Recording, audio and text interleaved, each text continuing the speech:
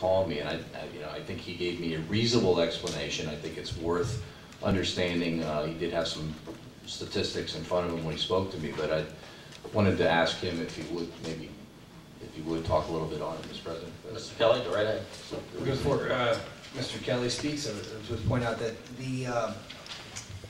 I think it is a perception issue. I think that Lanta, and I'm not an expert in the acceptance, ridership, or acceptance of new services, but in my conversations with Mr. Greco and Lanta in general, they've been pleased with the acceptance rate of the loop and the ridership of the loop in the early stages, given, as Mr. DiCento pointed out, there was no hotel, there was no Arts Quest, and some of the other amenities that we had anticipated. To be clear, it was the administration that did not include funding of the loop in this year's budget, given some of our constraints. But it should not be reflected as on the fact that we didn't believe that the loop was successful.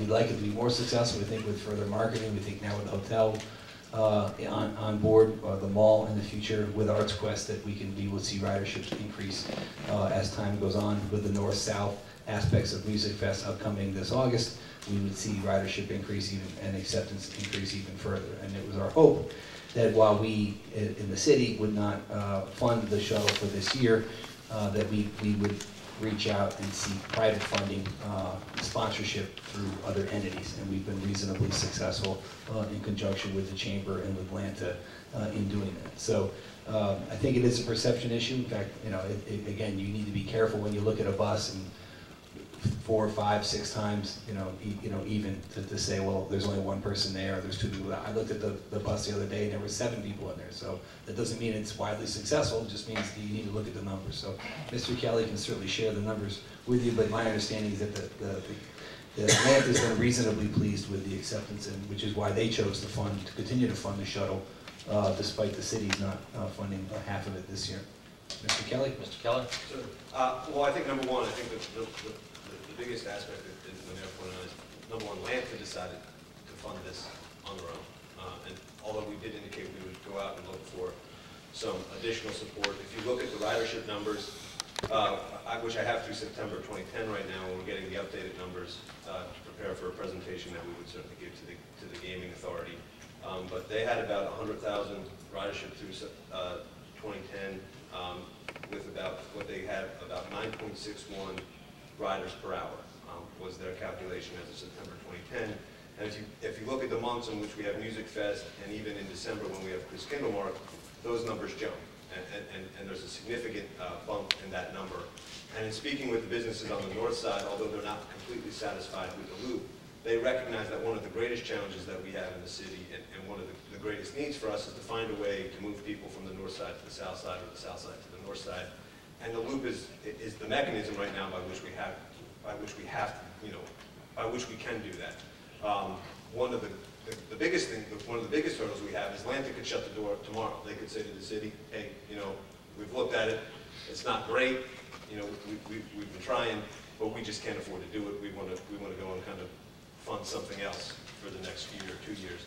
So my thought was, and in talking with the mayor about this, is why not go out, do a year, do 2 years, continue to apply for grant dollars, see if we can't find out what ridership is with the new hotel, with the existence of steel stacks, with the potential opening of the event center and the potential opening of the retail center, where you have people moving about, because when you have a lot of people in the city, you want to find something convenient that they can pick up, maybe outside the hotel or as a convention, and make it easy for them to get to the north side so they can see everything that the north side has to experience. We have great parking garages on the north side, and getting them to Arts Quest as opposed to getting in their car and driving across the bridge, to me was a worthwhile ask on my part. I certainly don't know what the future holds, and it might find out in 2 or 3 years that this is not something that maybe Lanta looks at us and says, we tried and it didn't work. I think it will be successful once conventions are here and getting people moving about the city. But again, like I said, as we do it incrementally, at least to help Lanta, I think makes a lot of sense. And that way we have a say and we have some control over it. And again, like I said, I think the future, the next 2 or 3 years, you're just going to see more and more people coming to the city, more and more people come to that campus, and finding ways to get them to see everything the city has to offer seems to me to make sense. and it is an impact. And, you know, trying to limit the number of cars that get on the 3rd Street that leave the garage to leave the casino, limiting that number, and rather than use public transportation, I think is something that is important for the future, for conserving energy. And that is a challenge. It's a bit of a mindset change, I think, in the Lehigh Valley, and a mindset change in the city. But I think one of the ways to do it is make it convenient. And I know they made some operational changes this year, but as far as in my conversations with Armin, they still are very supportive of the project. So we thought this would be a way for us to help fund it and keep it alive.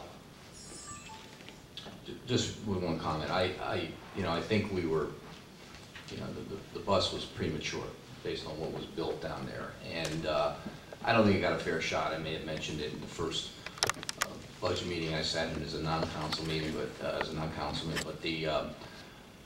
with the extra amenities and such, I think it was well intended. I think if we can get support that doesn't come out of Bethlehem dollars, so to speak, I think that if there's a lot of other things we need money for. There's no question about it.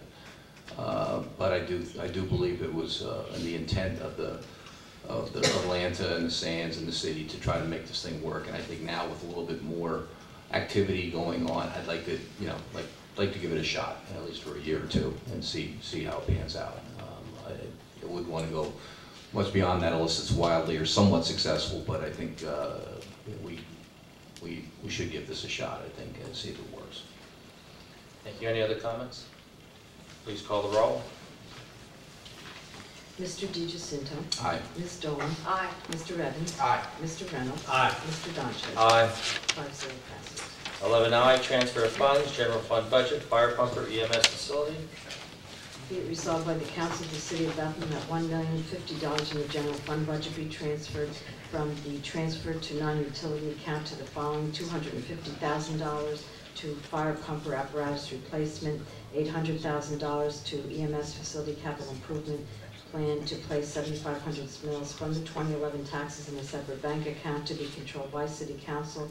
Underline items in City Council's budget separated and segregated from all other monies and not commingled with any other monies whatsoever. All disbursements from this fire pumper EMS facility account shall be subject to City Council approval prior to disbursement to assure that these funds are utilized for the construction of an EMS facility and acquisition of a fire pumper, only sponsored by Eric Evans and David DiGiacinto. Comments?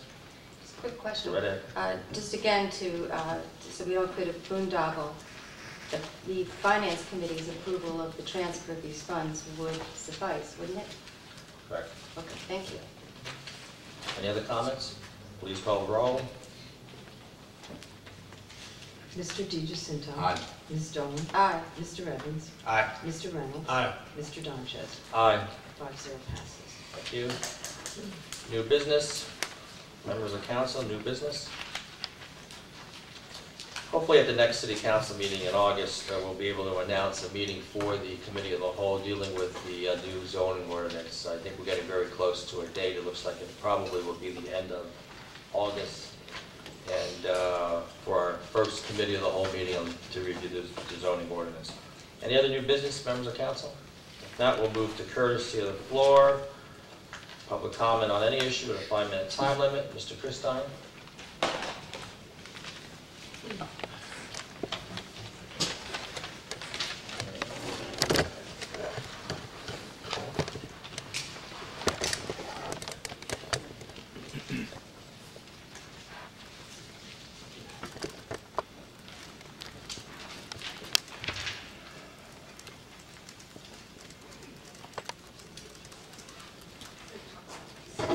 And we'll make that part of the record. Okay. I'm William Christine. I live at 107 Mount Airy Avenue.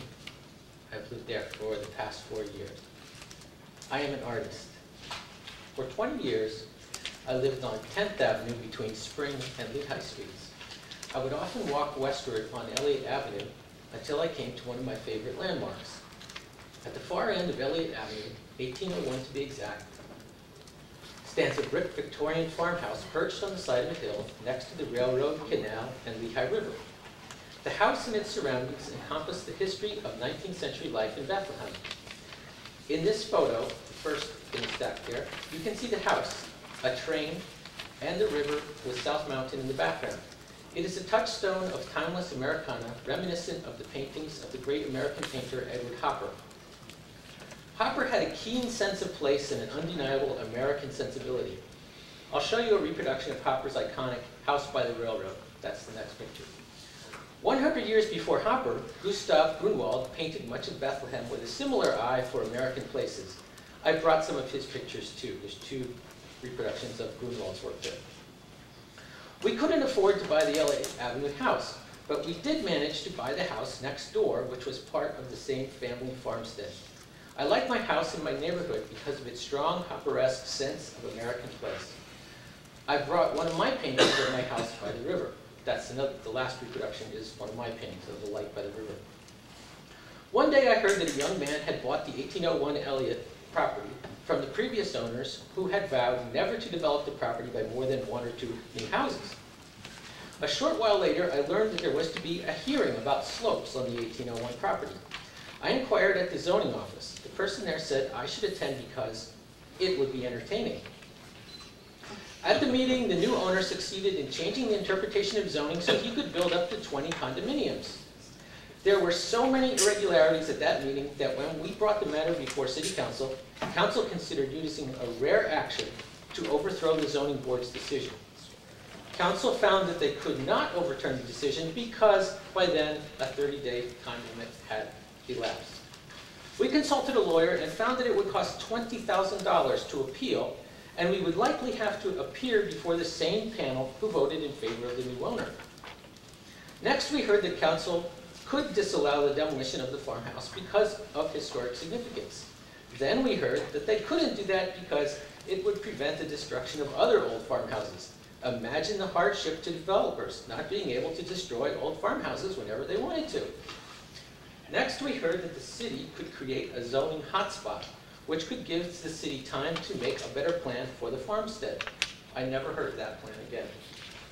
When nothing was built within a year, the city and our legal counsel both filed briefs declaring that the zoning interpretation was no longer valid.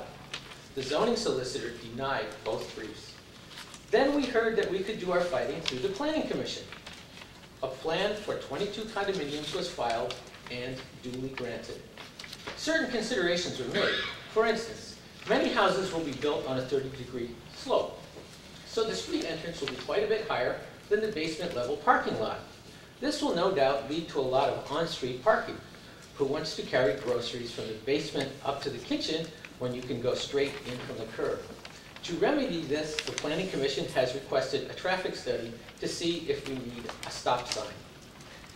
When trains are being made up near the backyard of the property, the ground shakes and you can hear the crashing of freight cars for blocks. When asked about noise abatement to maintain appeal for high-end condo owners, the Planning Commission responded that the developer didn't make the noise, so why should he be responsible for paying to reduce it? So here you have a neighborhood of folks who have worked to maintain a safe and beautiful place to live. Within the neighborhood is a landmark farmstead that represents the efforts of many who came before to give our community its unique style. One man has come along to destroy a big piece of what took generations to put together. He is proposing an inappropriate building program that maximizes his profit on a highly speculative investment while it devalues the cultural, historical, and aesthetic qualities of our neighborhood. His plan is disliked by the neighbors, and I think many in City Hall. Because of the city's weak defense of its neighborhoods, this developer has realized every whim of his building program while ignoring the wishes of the folks who have lived and worked and made this place what it is. Soon an authentic landmark which makes our community unique can be replaced by the dime a dozen architecture of condos. What was once a quiet, history-rich neighborhood with its herd of deer Mr. and Christine, thank you. I know your wife signed up if she wants to continue that. Last sentence. Okay.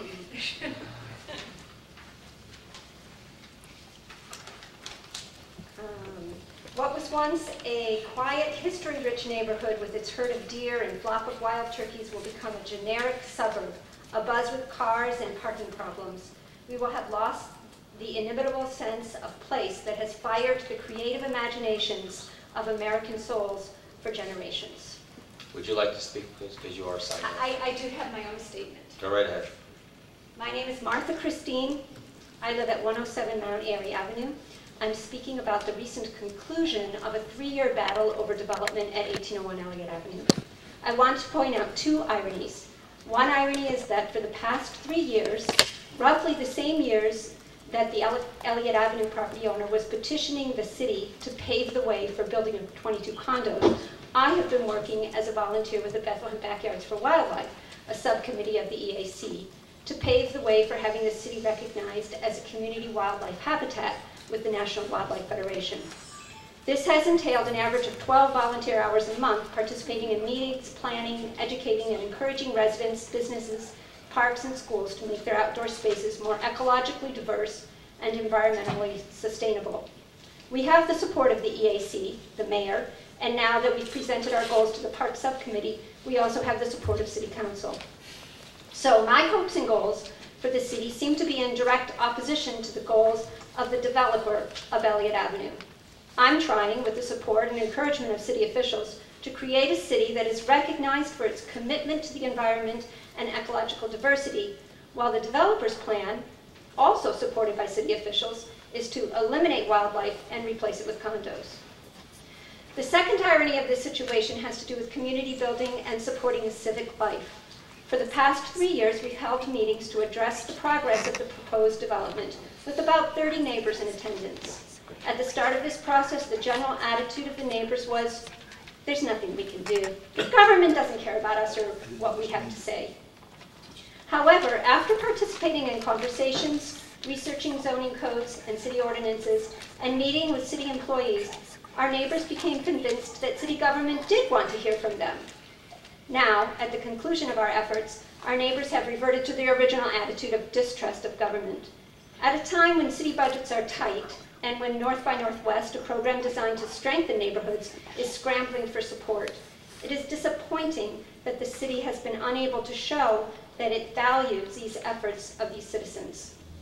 Contrary to the quote on the city's website in recruiting residents to the Citizens Academy, which, quote, empowers residents with the knowledge to effectively participate in shaping their community, end quote, our formerly active neighbors now feel disempowered. Thank you. Thank you. Mr. Salzer?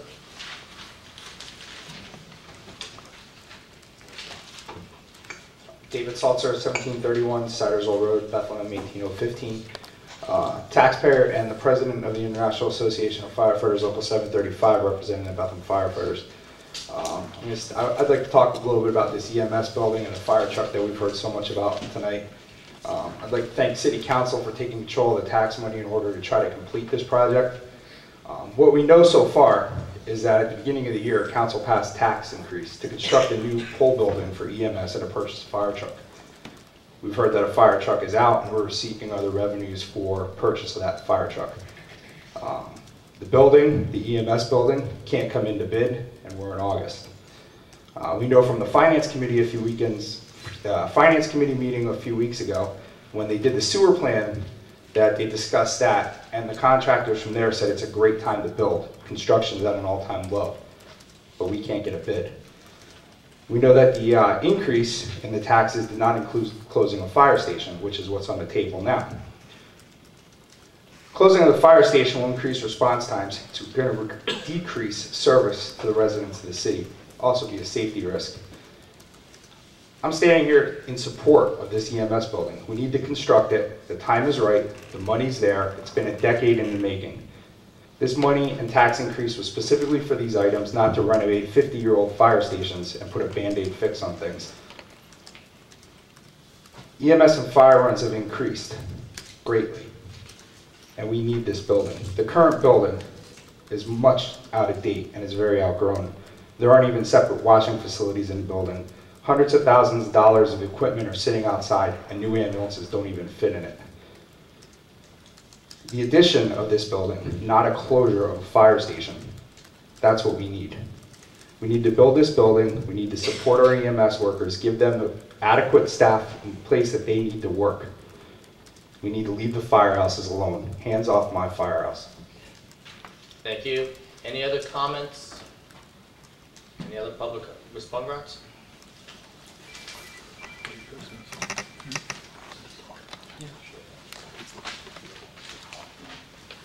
My name is Mary Prendergast. I live at 321 West 4th Street.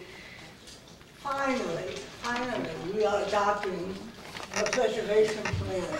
In the meantime, I've gotten so old I could be considered for part of the preservation plan. Maybe they could put a statue outside of City Hall for me. I have a problem with some people who don't understand that this is a Bethlehem City Council meeting. It is not to be used as a bully pulpit. If a council person is truly interested in being a council person, go to the committee meetings, have your questions answered there. An open meeting for the public is to allow the public to understand what is going on. This is not an opportunity for a bully pulpit. Now, if you've never taken a course in American democracy, I will explain what it is. You use this pulpit, this lectern, as a place to continue to harangue, to discuss, to annoy. It is incumbent upon any public official to do that which you are supposed to do. Do your homework at home.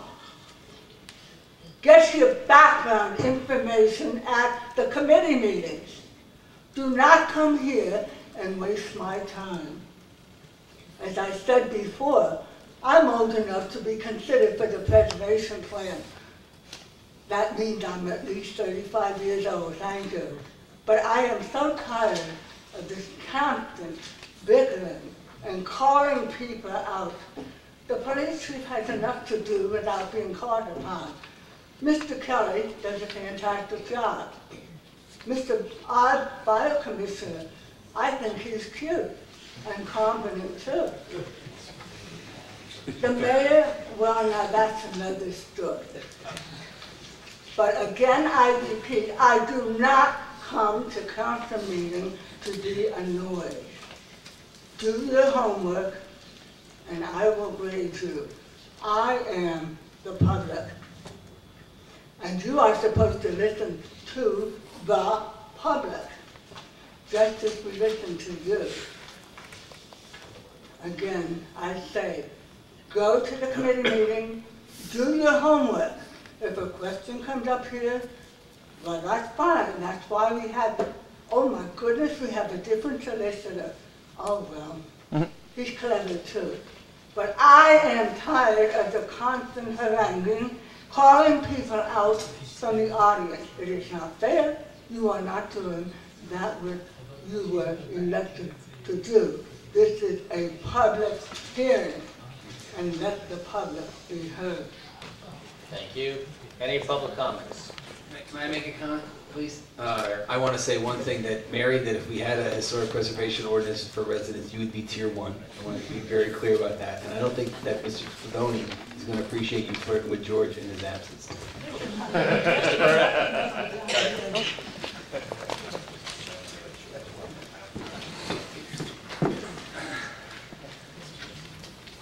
Good evening, everybody.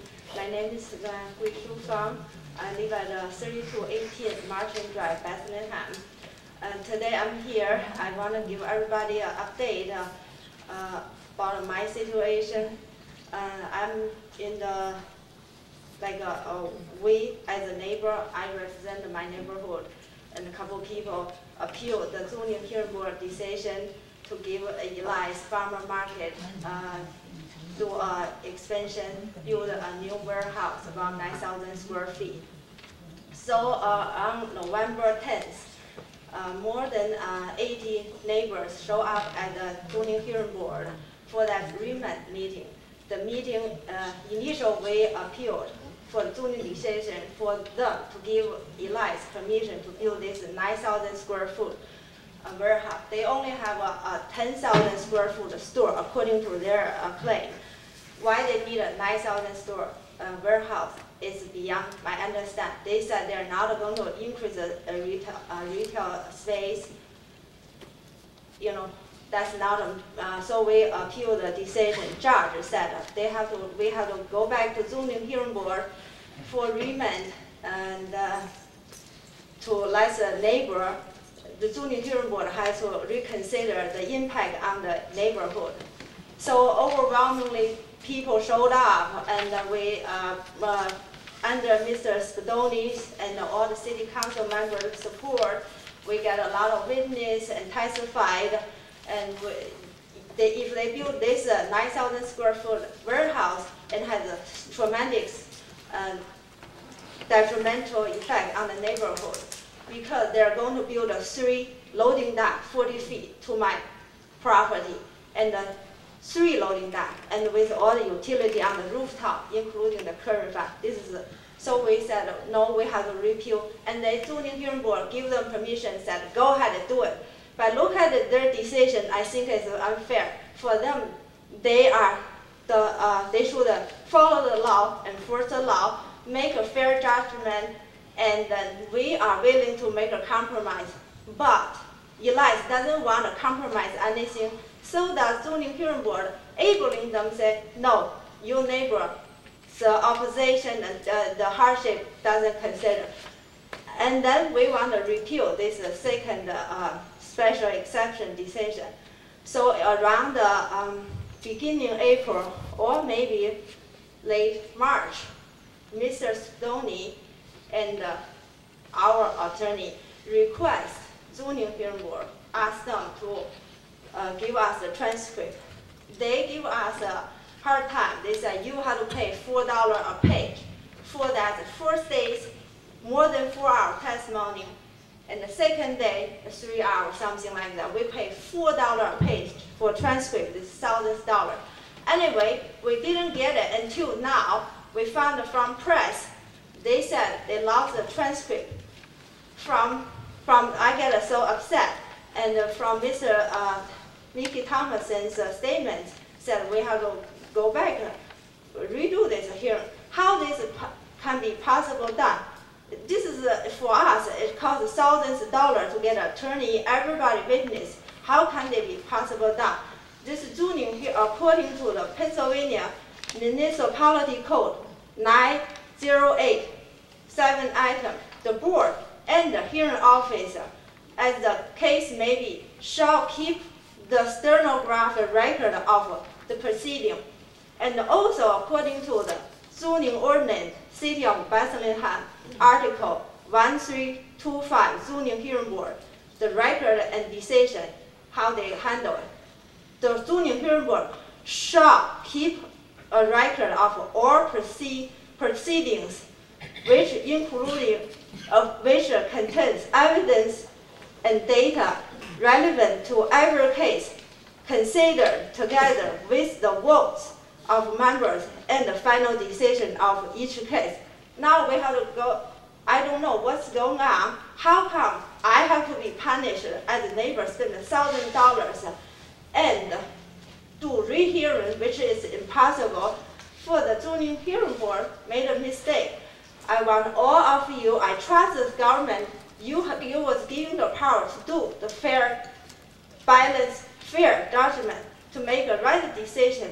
Please do not want me to pay everybody's mistake. Thank you. Thank you.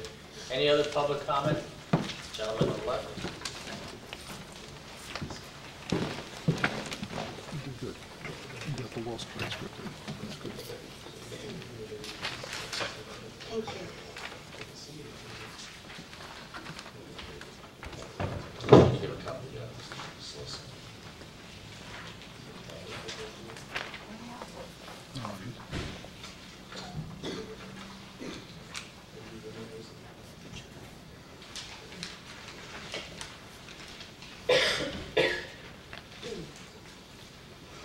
Good evening.